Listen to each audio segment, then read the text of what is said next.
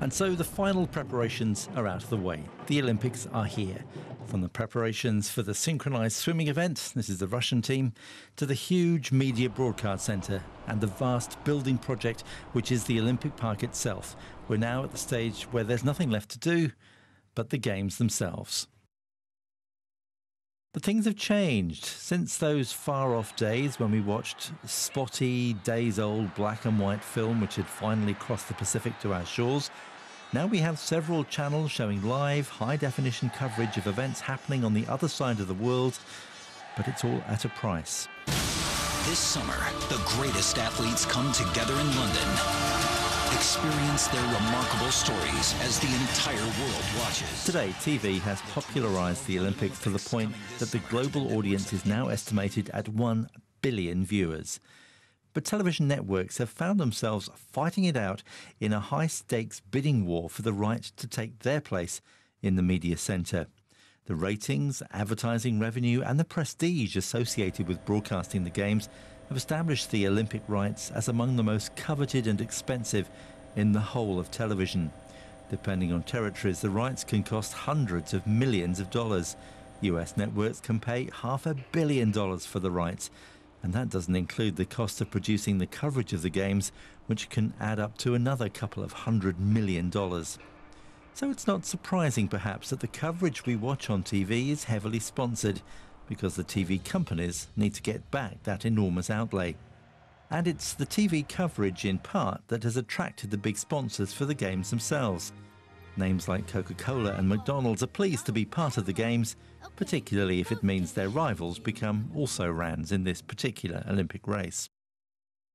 And that's why the Olympics are very strictly controlled from a media point of view. The rules say no one can use the word Olympics or Olympian or even London 2012, except in a news context when reporting on the Games. If we told you NZone Focus was going for gold with its Olympic coverage, we'd probably be in trouble.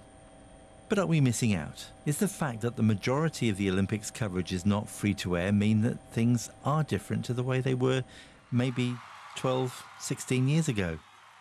Back in those black and white days, we all knew who the athletes were because they were all over our TV screens and our cinema newsreels all the time. They became part of our shared knowledge.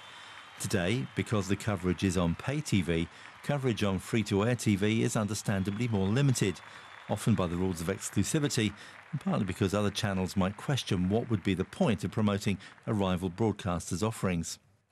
The opening ceremony has been produced by Slumdog Millionaire film director Danny Boyle, and unusually we've been given a glimpse of the preparations in advance. It's going to feature an idealised, idyllic view of England's green and pleasant landscape, but most TV channels will be restricted to simply showing a couple of minutes in their news bulletins.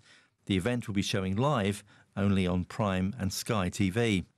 But since they've paid so much money for the rights, isn't it only fair that they have that exclusive right? Well, the answer to that question might be hard for many to swallow. The London Olympics is expensive in a way that most of us can't even imagine, roughly $19 billion.